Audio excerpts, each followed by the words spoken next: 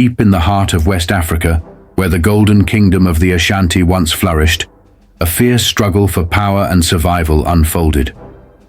The Anglo-Ashanti Wars, 5 brutal conflicts between the British Empire and the Ashanti Kingdom, shaped the fate of an entire nation. At the center of this struggle stood a defiant king, Prempeh I, whose resistance would lead to his tragic exile. This is the untold story of war, resilience, and colonial conquest. For centuries, the Ashanti Kingdom, located in present-day Ghana, was a formidable force in West Africa. Established in the late 17th century, the empire grew rich through trade, particularly in gold, kola nuts, and slaves. The Ashanti capital, Kumasi, became a center of wealth, culture, and military prowess. At the heart of the empire was the Golden Stool, a sacred symbol of unity and sovereignty. But as European powers expanded their influence along the African coast, tensions between the Ashanti and the British escalated. The British, seeking control over lucrative trade routes and coastal territories, clashed repeatedly with the Ashanti in what became known as the Anglo-Ashanti Wars. The first major conflict erupted in 1823. The Ashanti, led by Asantehene Osei Bonsu, sought to extend their influence over the coastal Fante states, which were allied with the British. Determined to resist Ashanti expansion, the British governor, Sir Charles Macarthy, led an army against them. It was a disastrous decision. The Ashanti forces decisively defeated the British at the Battle of Ensamankau, killing Macarthy and displaying his skull as a war trophy. However, the war ended inconclusively in 1831 with a treaty that temporarily halted hostilities. By the mid-19th century, tensions flared once more. In 1863, another conflict erupted but was hampered by disease and logistical failures, leading to a stalemate. However, in 1873, under the leadership of General Garnet Wolseley, the British launched a full-scale invasion. Determined to break Ashanti power, Wolseley led his forces deep into the kingdom, culminating in the Battle of Amoaful. The British, armed with superior weapons and artillery, devastated Ashanti defenses.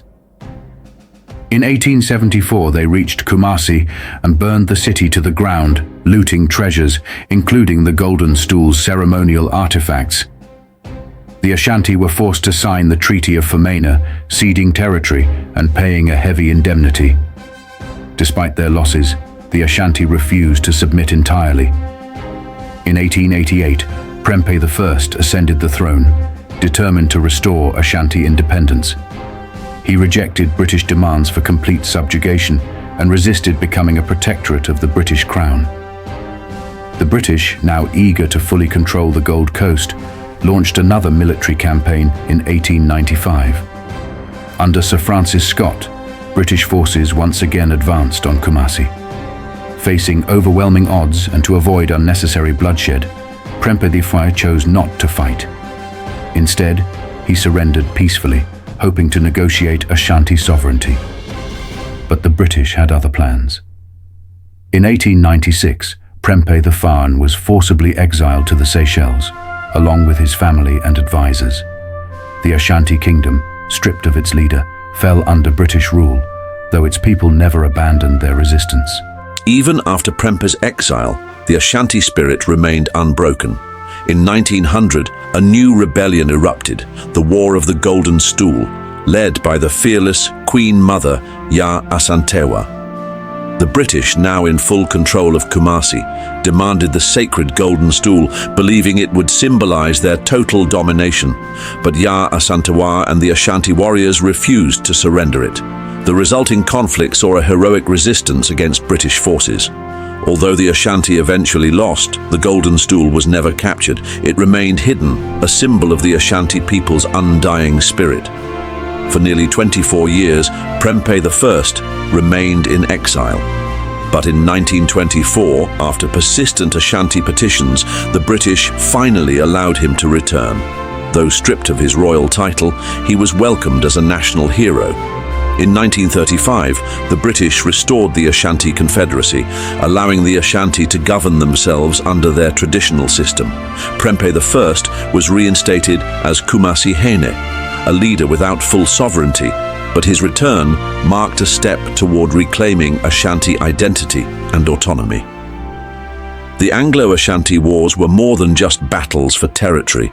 They were a testament to the Ashanti's unwavering resistance against imperial domination. The wars demonstrated the strength, resilience, and strategic brilliance of the Ashanti people. Today, the Ashanti Kingdom remains an influential part of Ghanaian culture. The golden stool continues to symbolize unity and the legacy of Prempeh I, and Ya Asantewaa lives on in the stories of those who fought for freedom. Though the British Empire sought to suppress the Ashanti, they never truly conquered their spirit. Their history is a reminder that resistance, even in the face of overwhelming odds, can shape the destiny of a people. If you enjoyed this story, subscribe for more powerful African history documentaries. Until next time, remember, history is not just about the past, it shapes the future.